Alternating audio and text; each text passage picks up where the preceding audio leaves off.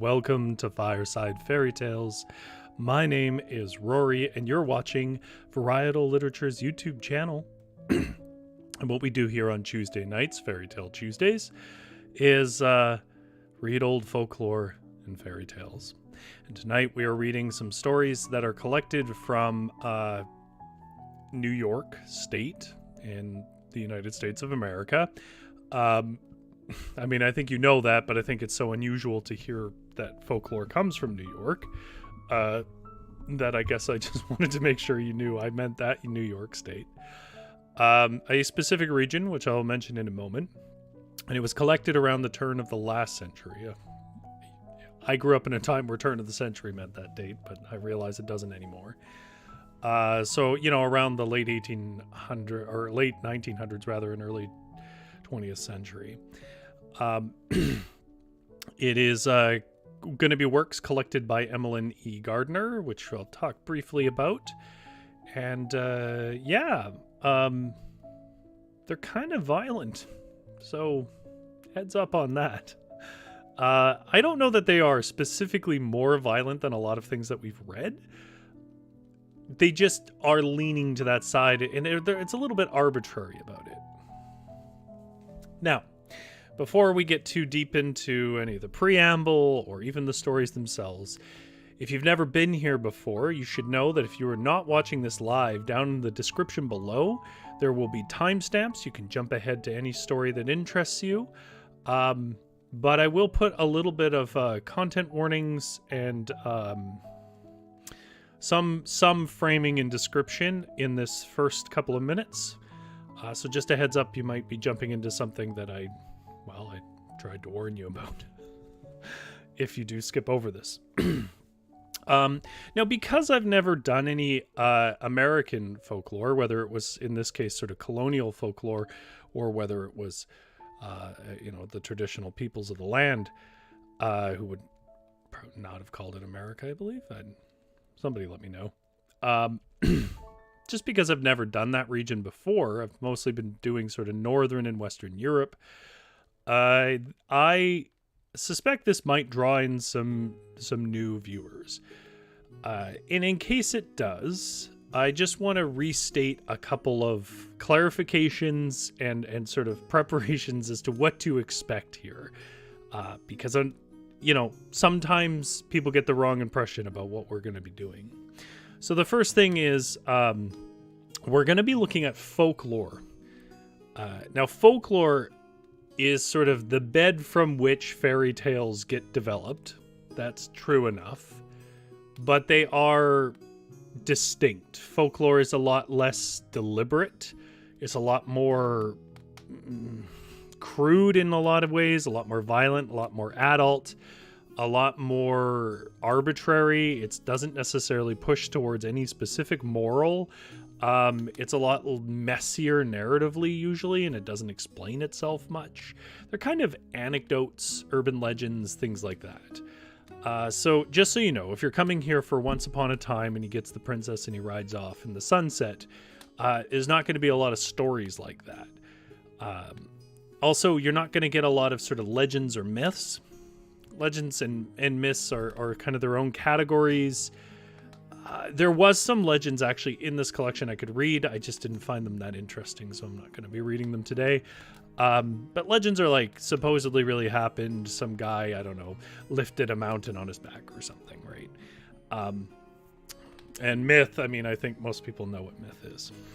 The more overriding point, though, is there is a perception because of how fairy tales have been presented by Disney and so on, which, by the way, is a fine presentation of them. This isn't a criticism. But because of how they've been presented, there is this assumption that this is all gravy for kids.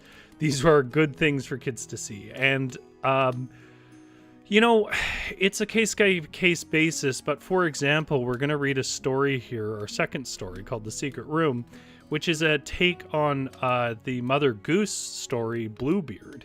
And Mother Goose might immediately think, well, that was intended for kids. If you've never read Bluebeard, it's about a serial killer. It's brutal.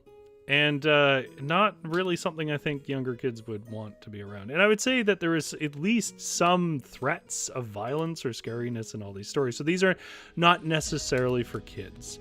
Just as a heads up, I don't specifically target this towards kids. That's all I'm going to say about that. And then finally, just as a little note here, because I sometimes see this come up, not so much on YouTube, but in the social media that I advertise around, people talk about like the true or original versions of these stories.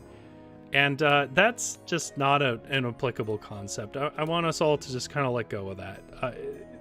If you have single authors in recent history, you could maybe track it down, but most of them are taking pieces of old folklore anyways. So just like when you hear these stories, what I'm saying is don't go around and be pedantic with people. You know, actually, this is what the original story is. There's none of that. There's no original story. These are just versions that were taken from different regions. Yeah. So on to what these stories are. This is folklore from a place called Schoharie County, and I may be mispronouncing that, and I apologize if I do, which is in New York, and it was collected by Emmeline E. Gardner, who started one of the oldest and largest folklore collections in the U.S. Now, I personally didn't know much about her until somebody online that is a folklorist, who I tried to find the name of to give credit for the suggestion here, but it was too many months ago and I can't find it, directed me to the fact that there was a version of Beauty and the Beast from New York, and that it was a part of the collection of a person who was well regarded in the folklore community of Emmeline E. Gardner. She is a collector of folklore, or was rather. She died in the 60s. And what that means is she went to these regions. Often, I think for the most part, a lot of it was collected prior to having accessible recording equipment. So she would go to these regions, hear people in the region tell stories, and write them down and make notes. And what we're going to see here today is a transcription of some of the first stories she collected from this county. I'm not going to go too in depth on the county, but at the time, she opens with a description that, you know, is pretty tremendously racist.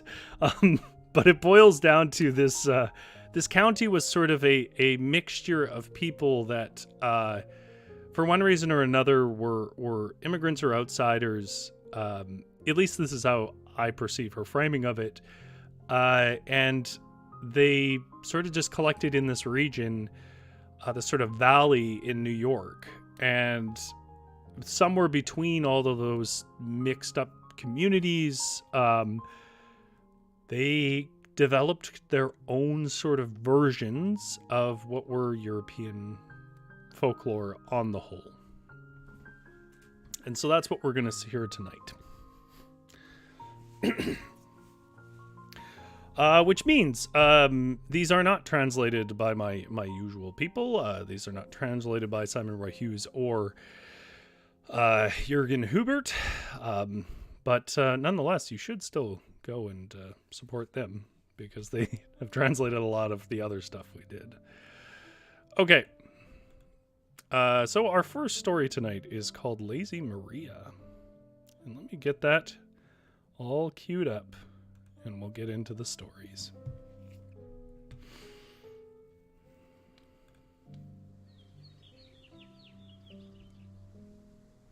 Take the fireplace volume down a bit.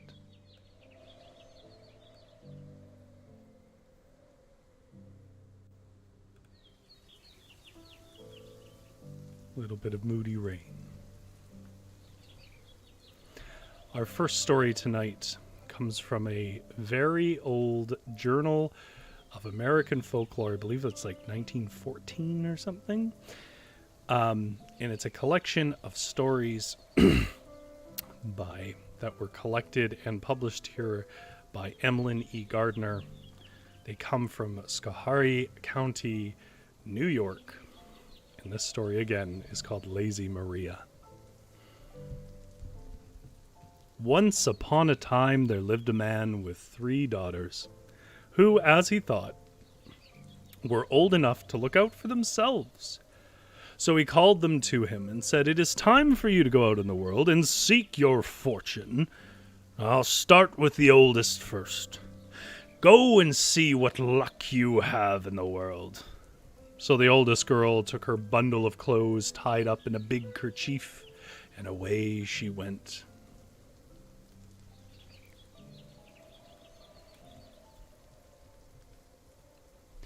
After a while, just as she was beginning to feel hungry, she saw standing right near her a cow. "Moo," the cow said, milk me, or my bag will bust. Milk me, or my bag will bust." What a wild thing to hear. No sooner had the cow said this, and the girl was wishing for something to milk the cow into. Then she espied right near the cow an oven, and from it came a voice which said, "Take me out, or I'll burn up! Take me out, or I'll burn up!" Well, the girl looked inside the oven to see what was talking, and there was a fine loaf of bread. She took it out, dug the center out, and filled that hollow with milk from the cow, then had a meal of bread with milk. And she said, "The old man sent me out, and I must be doing well." After she had eaten all the bread and milk she wanted, she went on her way. But pretty soon she came to an apple tree full of apples. Shake me, or my limbs will break. Shake me, or my limbs will break," said the old apple tree. So the girl shook the tree until her lap was full of apples. When she'd eaten all the apples she wanted, she put some in her kerchief and went on her way.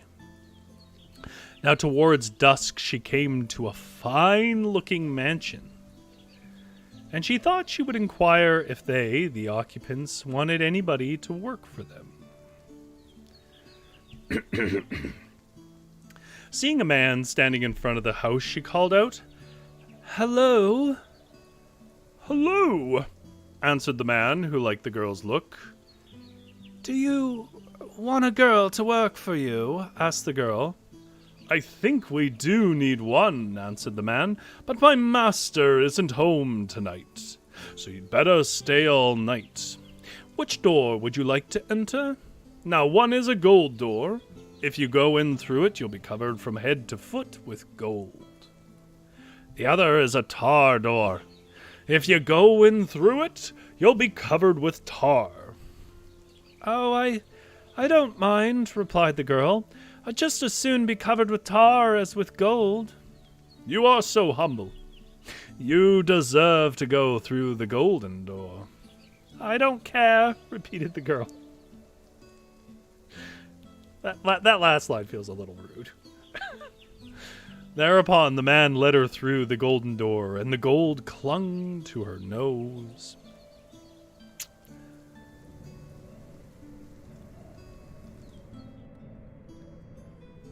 Her fingers, her ears, to every part of her, until she was completely covered with gold. And when she was well inside the house, the man said, "We have 2 places where we put those who come here. Will you sleep under the ladder with the cats and dogs, or will you sleep in high bed with all your gold and glitter?" "I'd just as soon crawl under the ladder with the cats and dogs as to sleep in the high bed." "Oh. Being as you are so humble, I will put you in the high bed with all the gold and glitter." By the way, I'd sleep with a bunch of dogs and cats. That sounds awesome. She made the wrong choice. And when she reached the room where the high bed was, she saw that everything was of gold. The gold from everything she touched stuck to her, even the gold sheets. And in the morning, with the golden sheets clinging fast to her, she thought she was rich enough to go home. So home she went. And when the family saw her coming back, her father said, "What? Is that lazy whelp coming back? I'll get the horsewhip and whip her to death." It's a bit extreme. The girl, however, as soon as she came near enough to make herself heard, cried out, "Oh, father, I'm rich! I'm rich!" And sure enough, the father had never seen so much gold in his life as he now saw on his daughter. As soon as he touched her, the gold fell off from her to the ground. The father ordered the girl to tell where she'd been. And when he heard the story, he decided to send the second daughter to try her luck in the same way. Well, the second daughter had precisely the same experiences as her sister, and she too returned home, rich, rich. And then the father said, "Now for Lazy Maria. She's never been good for anything yet. Let's see what she can do." To her he said, "Even if you are our baby, you must go." So Lazy Maria took her bundle on her shoulder and started. Soon she came to the cow, which said, "Milk me, or my bag will bust. Milk me, or my bag will bust."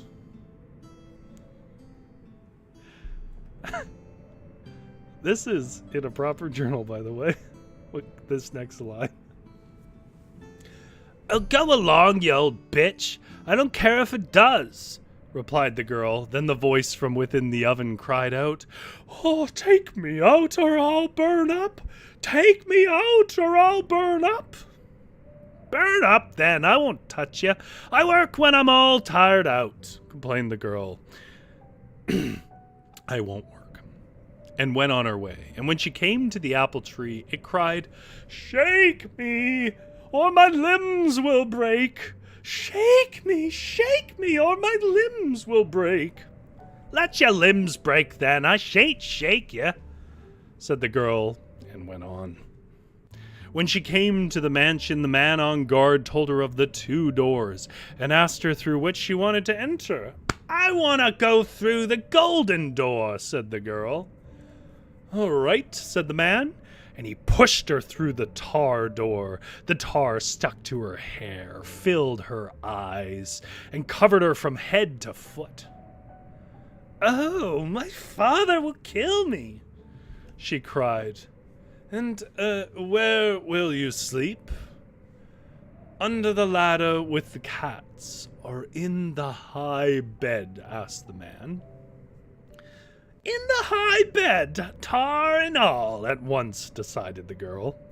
"All right, well, creep under the ladder, then." And the man pushed her among the cats and dogs. Again, not an obvious punishment to me. "You must be more humble," said he, "if you want to get on in the world." I'm going to circle back to that. The next morning, the poor girl, all covered with tar as she was, started for home. And when the family saw her coming, they rushed out to see the gold. But when they discovered that she was covered with tar instead of gold, they cried, "Let's whip her!" It's like he's just looking for reasons to whip people. "Oh, no," said her father. "Let's scrub the tar off." But scrub as they would, they couldn't get it off, because, you see, it had been put on by a witch. They scraped until they scraped the hair off her head, the skin off her fingers and toes. At last they scraped off one of her warts, and there lay the witch. At that, all the tar fell off, and Lazy Maria was free once more. But while her 2 sisters were rich and could come and go as they liked, Lazy Maria always had to stay at home, poor. By the way, this is a trend. I would say that of the stories in this journal that were collected from this region, like half of them are about someone being lazy. And if it was a woman, it goes badly. And when it's a man, it tends to go well. Figure that one out.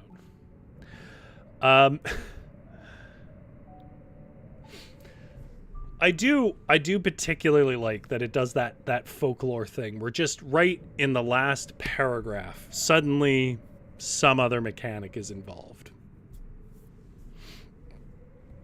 Also, the idea you need to be more humble if you are to get on in this world. If you would get on in this world. Even in that time is obviously not true. I would like if that was the case, but I mean, it's pretty clear that being sort of obnoxious, pushy, and stepping on people is how most people got quite rich.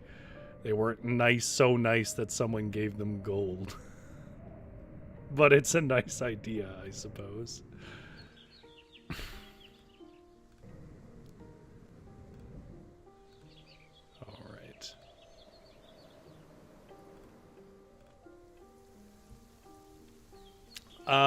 Okay, so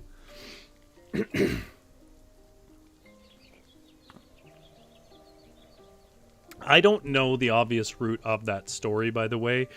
I have no doubt that it has roots in somewhere in Europe and was brought over by immigrants. On the other hand, the secret room here is just Bluebeard. But it does something different with the ending. I don't actually like it more than the original Bluebeard, but I do find it interesting, the direction they choose to go in this region. And because it's been a long time since I've read Bluebeard on this, I thought a different version was due. But that means I need to remind you that Bluebeard is about a man who kills women brutally for not following strict and kind of psychologically abusive rule sets. It's dark. It's weird that Perot, who was the guy who was Mother Goose, put it in a children's book in the first place. It's weird that it persisted so long. It's weird that there's a whole form of just guys who kill women as a folklore theme. This story is a part of a standard in narrative history. It's weird, man. Obviously, my best guess is that it's probably based on real events at some point, because it's not hard to imagine in the times of sort of unquestioned authority and kings and you know, monstrous drunks who got castles and nobody could question, would probably do horrible things. I mean, that still happens today. So I imagine it comes from some real roots at some point. But there you go. There's your warning. This is a violent story about the murder of women.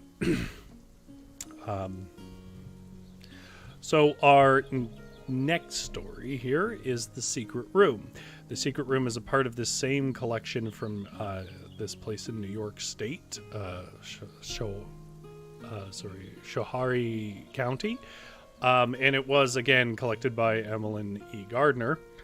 And again, content warning, this is a version of Bluebeard, which means that it involves the murder of women as its central storytelling device. There was once upon a time there lived a mother with 3 daughters, whose duty it was to guard the cabbage patch in front of the cottage in which they lived. One day, they were all sitting in the sun. Pardon me. Spinning, when they saw a bull in the cabbage patch. "Take your distaff and run, child, run," said the mother to the eldest daughter. Just as a note, if you're new to this channel, distaff is a reference to a device used to weave thread and materials eventually, and they're weaving with a wheel and a distaff. So she's saying, take your equipment and run. So the girl took her distaff and ran, and the bull ran, and she ran, and she ran, and the bull ran, until they came to a great house standing at the edge of the wood. There the bull gave her a large bunch of keys, and told her that she could go anywhere in the house she liked, except one room. He showed her the key to this room, but told her that she must not unlock the door to which it belonged. And then the bull went away and left her.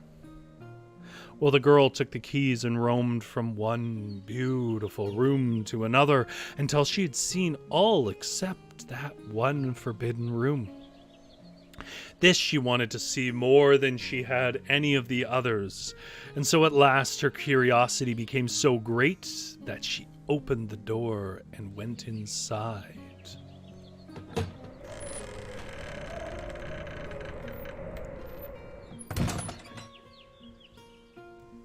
What was her horror to discover that the room was full of headless bodies hung on all sides. Quickly she locked the door and ran downstairs, but she had some blood on the key, on her hand, and on her shoes. As she was trying the best she knew how to get the blood off, along came a big black cat, which said to her, "Meow, meow, meow. Give me a dish of bread and milk, and I will tell you how to get the blood off your shoe." "Go away, you old black thing. I'm not going to bother with you." So the cat went away, and pretty soon the bull came. "Let me see your keys," said he. "How came the blood on this one?" Then he asked to see her hands and her shoes, and when he saw the blood on them too, he knew that she had disobeyed him, and so, as he'd done with all the others who had disobeyed him, he cut her head off and hung her body up with the others in the forbidden room. Like I said, it's not pulling punches. Remember, there's if you're not watching live, there's timestamps in the bottom if this is not what you want to hear. You can skip to the next song. The next day, the mother and her two remaining daughters again sat spinning in the sun.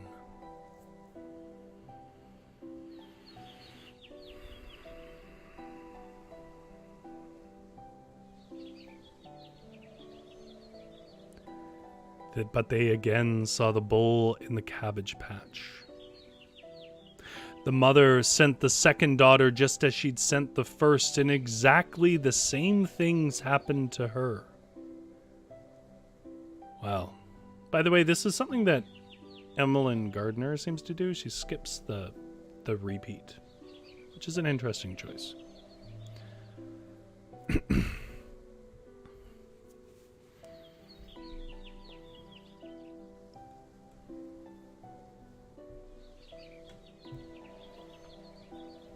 The third day, the mother and the youngest daughter sat spinning in the sun, and when the mother looked up, she saw the bull a third time in the cabbage patch. "Take your distaff and run, child, run!" cried the mother. And so the youngest daughter ran, and the bull ran, and the bull ran, and she ran, until they came to the great house on the edge of the wood. Well, there, the bull gave her a bunch of keys, and told her that she might open every door in the house except the one whose key he showed her. Then the bull went away. The youngest daughter did just as her sisters had done and went into all the rooms except the forbidden one. But she kept wondering what could be in there. And that wonder turned to curiosity. And that curiosity became so great that she did it again. She opened the door and went in. She, too, was so horrified that she quickly shut the door and ran downstairs, but with the telltale blood on the key on her hand and on her shoes. To her came the big black cat, who said, "Meow, meow, meow. Give me a dish of bread and milk, and I will tell you how to get the blood off your shoes." Well, instead of telling the cat to go away, as her sisters had done, this, the youngest, went and got some bread and milk for them. And when the cat had finished eating, she said, "Meow, if you will go into the attic, you'll find there a sickle. Take it and rub it on the key, on your hand, and on your shoes, and while you say, 'Meow, blood be gone, meow, blood be gone.'" So the girl went to the attic, found the sickle, and did with it as the cat had told her to do, saying, "Blood be gone, blood be gone." Even as she spoke the last word, where the blood stains disappeared. Then the girl went downstairs, where she found the bull waiting for her. "Let me see your keys," he said, "and your hands, and your shoes." But when he saw no bloodstains upon her, he suddenly changed from a bull into a beautiful prince. "I was bewitched," he said, "by a girl who loved me, but whom I wouldn't marry because I didn't love her. I killed many a girl when I was a bull, but now we will have the bodies taken care of, and then we will be happily married." And so they buried the bodies, and then were married and lived happily ever after.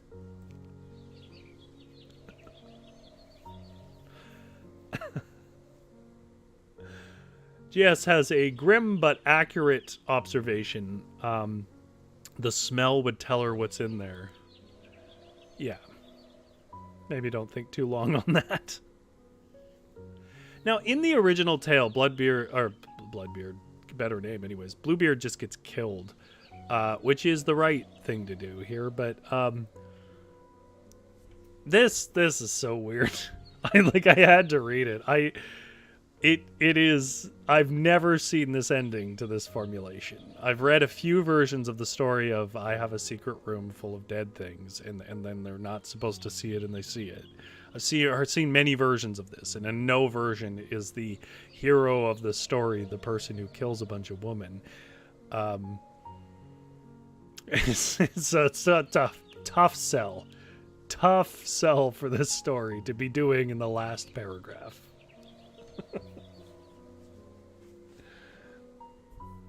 GS says, "It's very Beauty and the Beast, a true beast." Well, it's funny you should say that, because the next story, Wolf of the Greenwood, is a Beauty and the Beast formulation. Much more deliberate to that. But let me just say something first.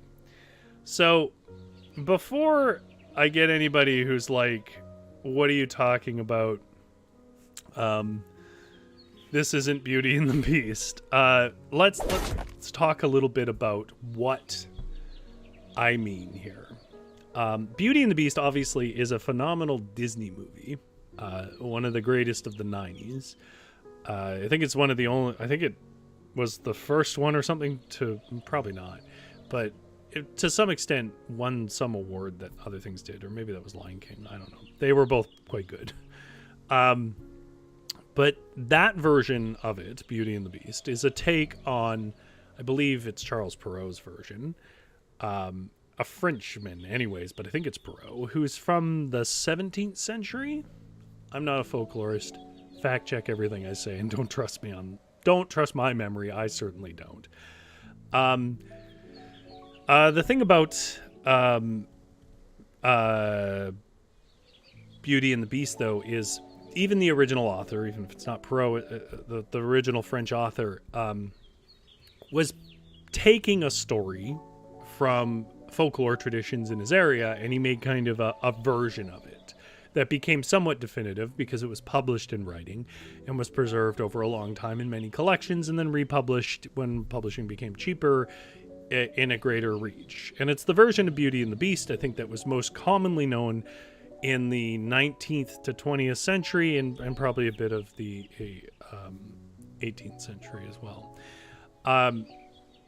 However, as a formulation, there are a diverse range of Beauty and the Beast forms, or I guess you could call it tropes. And all it really needs to have is sort of a man who is somehow cursed to be an animal and a woman who believes in him in some regard. Even that is a bit flexible. So, what we're going to see, when I say that I have a version of Beauty and the Beast in this story from New York, what I mean is we have a version of the same sort of form that original, or not original, but that French version that we all know came from. This is a different take on that same idea, but it doesn't really share any plot points specifically with that version. So if you're just coming here to find out if, like, New York rewrote Disney, then, yeah. Just says in a room they're not allowed to look in. You know, I didn't think of that, but you're right, isn't it? There is a room she's not supposed to go in the castle, right? Is that the room with the rose? I completely forgot that. You're correct. Huh. So there's a bit of bluebeard in it too, which makes sense. It makes sense to me because I feel like a lot of the time what it is it's about abusive, angry men. Okay. So with that out of the way, because I have one more story I want to do after this and I don't want to faff too much, let's hear the story of the Wolf of Greenwood. This is so this is the Wolf of the Greenwood. It comes from the same collection of New York folklore by Emmeline Gardner. And this one in particular is...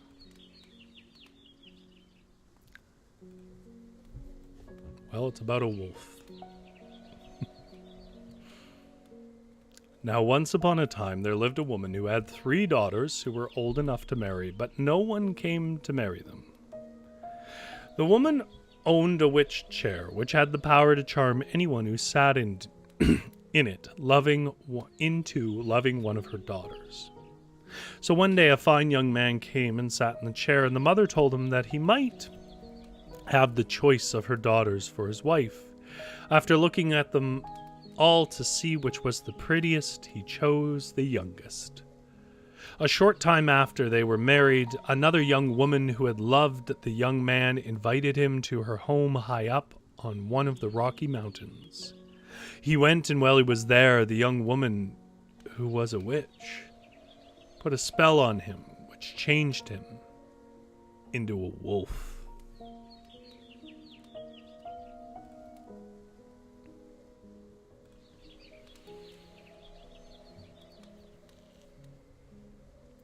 Every day he was to roam the Greenwood, but when night came...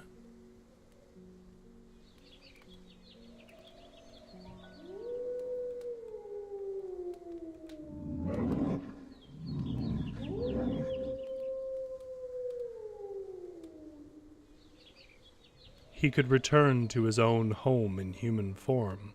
So the poor young wife never saw her husband except at night. For every morning, in the form of a wolf, he ran away to the Greenwood and spent the day. About a year after about a year, a little baby girl was born to them, and after another year there came another babe to make them happy. This made the witch woman on the mountain so jealous that she sent down her dog, which went to the baby lying in its cradle. Little bit of gore warning here. And licked its little cheek so hard that it licked out one of the baby's eye. Let's just move on. The mother took good care that the dog did not get at her children again until the third baby came. Soon after that, one day the eldest disappeared, and all the mother knew was that she saw the same dog, which had licked out the second child's eyes, disappearing up the road. She did not know that the dog took the child to one of its father's brothers and left it there. As the brother had no children of his own, he was very glad to take the one which the dog left. In the same manner, another was taken.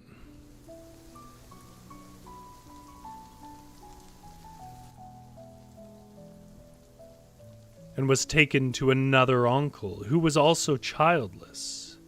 The poor mother was almost distracted, for now the witch woman did not allow the husband to return to his home at all. The mother watched the third child as carefully as she ever could, but at last the dog managed to steal that too, and carried it to still another childless uncle. When the mother had lost both her babies and her husband, she felt that she must set out and see if she could not find them. Now she did not go far before she came to the house of the brother-in-law who had taken the first child. The witch woman had put her under a spell so that she did not know her own babe or her brother-in-law, nor did they know her. When she told the man of her loss, he was so sorry for her that he gave her an accordion for company. But she could not bear to go home and stay alone, so she went on until she came to the house of the second brother-in-law. Here the same thing happened as had happened at the house of the first brother, and when she left him, he gave her a beautiful comb.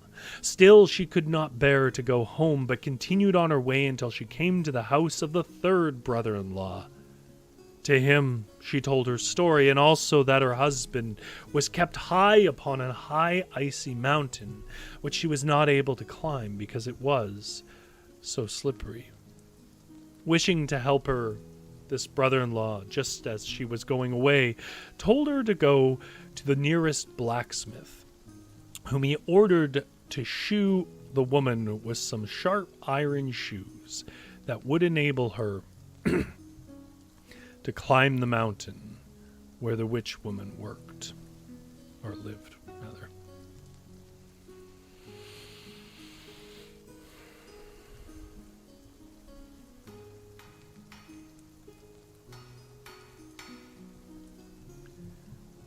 And when the blacksmith had her shod, she started up the mountain, and owing to the fine shoes he had made her, soon reached the home of the witch woman and saw her own husband working about, felling trees, chopping wood.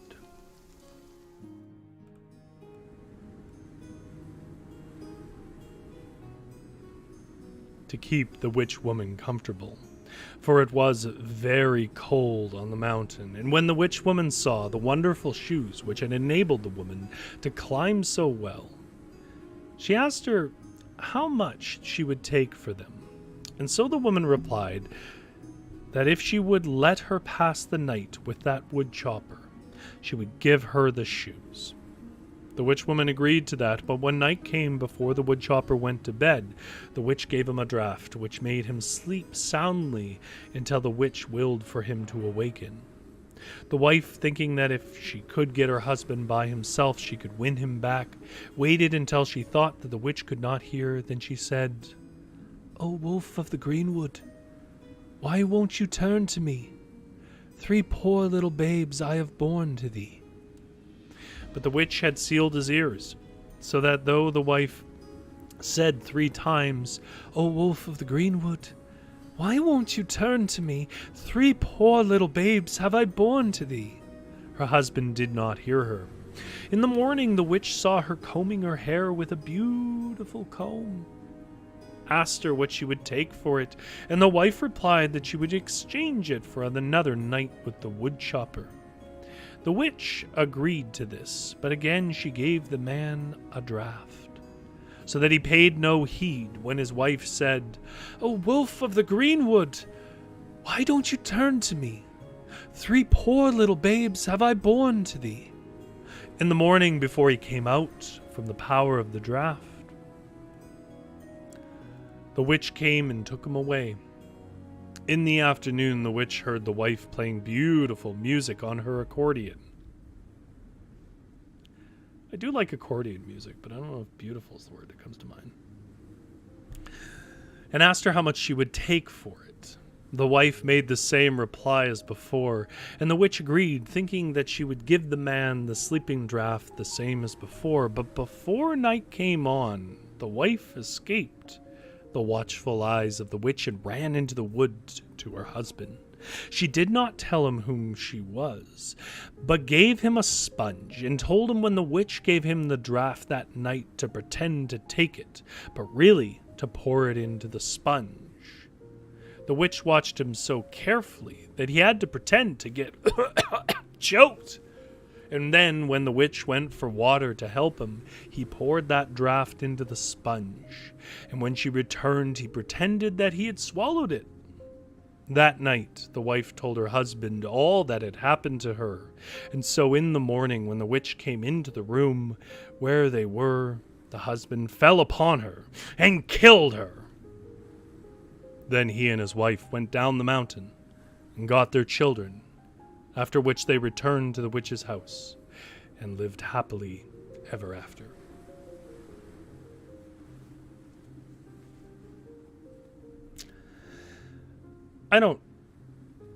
It's so complicated in this version of the story. It's hard to say who is even at fault. By the time you get to the end of the story, you forget that, like, every single person has charmed this man at some point. GS says, everybody is having trouble having their own children. I mean, yes. Infant mortality rates were quite high. Those witches always have some super specific superpower. Yeah, they have exactly as many powers as the plot requires. GS says, maybe accordions were a newfangled thing back then. I genuinely don't know. I just mean that when I think of an accordion, you know, accordions can be sort of mournful, or they can be sort of fun and punchy, but I don't know if, like, when I hear beautiful, I think of, like, choir music, and I feel like they don't have that kind of sound. GS is already on the Google. Accordions were invented in 1822. I feel like thematically it should be a harp. I don't know why. Maybe I'm wrong about that. Now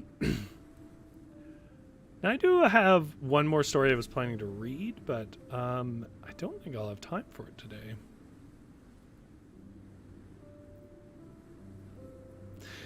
That's okay. We were going to read Rusty Jack, but that's okay. We can read that another time. There are a whole bunch of collections of American folklore, largely done by Emmeline E. Gardner, by the way. Let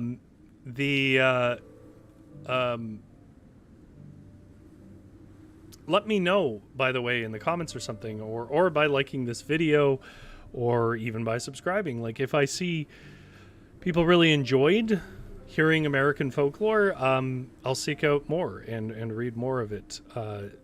But you know, let me know, because I'm here to sort of bring you stories that you're interested in hearing. That said, we do have some notes from the translator that I would like to get to. If you don't know what this section is, the translator's notes section. The translator's notes section is where sometimes when I'm reading works from a translator, now I wasn't reading works from a translator's today, because these were all collected in English, as I understand it. But in the past, I've read a bunch of stuff that was translated by people that I know and talk to regularly. Translator's notes today are from Juergen Hubert's notes on the episode about, I should get the title here, the episode about water creatures in Germany. Let me just get the name.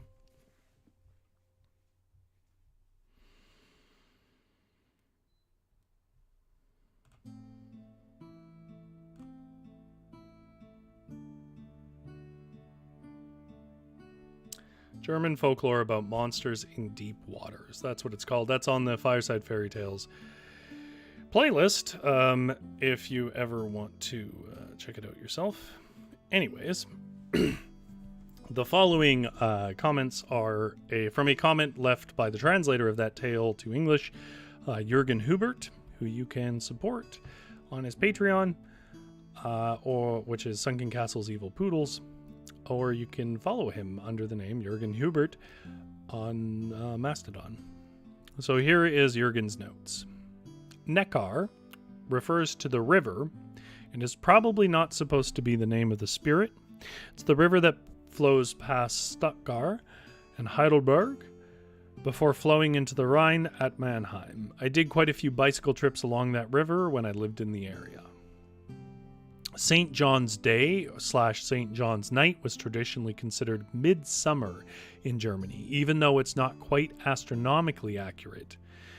It's not just associated with water spirits, but with high weirdness in general. Treasures bloom and miracle flowers appear on St. John's Night, among other phenomena.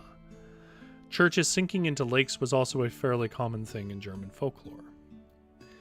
There is no end to the evil male water spirits in German folklore. The Brothers Grimm reported on one who captured the souls of drowned people in overturned pots, for instance. Other evil water spirits, soul pots. It's a common tell for a female water spirit to have the hem of their shirt permanently wet.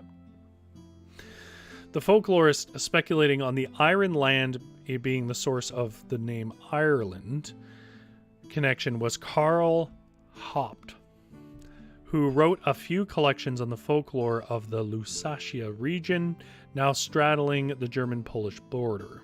There are quite a few of these old folklorists who had their own musings to the legends they covered, though of course some were better supported than others. Just a note from me. I had said that because in the story we'd read in the collection, the collector postulated this root of Ireland's name coming from it being Iron Land, and I said I'm pretty sure that's not a thing, but I don't know. Somebody can tell me otherwise.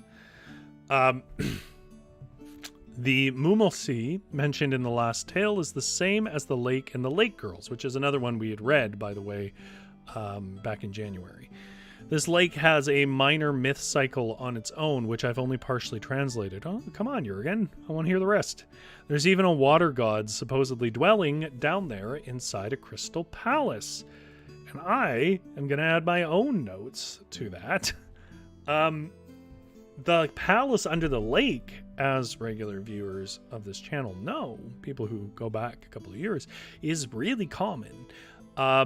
The most notable collection I've seen it in is Yeats, which we've read a bunch of. W.B. Yeats' Folklore and Fairy Tale of Irish Peasantry, I think is what it's called. It has a whole chapter and a whole section, that video that I did on Tir na Nog. Tir na Nog is you go to the bottom of a lake, and time passes differently, and it has gold, and things are good and or evil in some cases. But not only that, there's the Dragon Palace, which comes from a collection of Japanese folktales that I've not read on this channel, which were collected by a Japanese woman who grew up in Ireland. So I don't know. I think she grew up in Ireland anyways, but then moved to Japan. She was ethnically Japanese. I think that's her story. Anyways, I'm blanking on her name right now, but she did a collection of Japanese folk tales that I do have and I have read. It's questionable, apparently, how the integrity of some of the stuff she collected, but that aside, it does have an account of, I think it's actually the ocean, though, of a fisherman going down to the Dragon Palace at the bottom of the ocean, spends 3 days there, and 3 days is 300 years on the surface, which is the whole gimmick on most of the Tirnanog, bottom of the lake stuff. That said, we have also seen, I believe it was in the German folklore collection, Sunken Castle Evil Poodles, which Juergen Hubert that's the collection of his translations, also has an episode where a hunter of seals, I think it was, is taken down to a kingdom under the water where he sort of learns not to do that. He finds out there's sort of sentient beings. So that's a super common thing. And it makes sense to me because most people never saw the bottom of a lake, right? You know, the ability to go that deep in water is a very recent thing. And even when it was starting to happen, you know, with old suits and pumps and things like that, even when we started to be able to see underwater that deep, it was rare that anybody could do that. So, you know, a lake could go on forever for all you knew. And therefore, that big black spot in the center of a deep lake, why couldn't it be a secret world of a crystal palace or a golden palace or a dragon's palace? Or sometimes it's a garden that lives under the water. There's a bunch of things to it. Sometimes it's a kelp garden and so on. It's lots of cool descriptions. There's a sort of serial / book I'm working on that I plan to release this year. Self-published. But, and I'll let you guys know when that happens. But in that, I did, currently in a draft, I do have a section where they pass through a mysterious place under a lake. But they're smart enough not to go anywhere near the palace. All right. Well, that was our translator's notes. That was my own notes. And I'm not really anybody here. And that is the thing that I didn't really know exists, which is unique folklore versions from New York. Who would have thought? Colonial New York, specifically. Although she does make reference, Emmeline Gardner does make reference, by the way, to the idea that among their populations were native people, so it's possible that these stories also have woven in those aspects. Well, nonetheless, those are my stories for tonight. I will keep the fire warm for you. You have a very good sleep.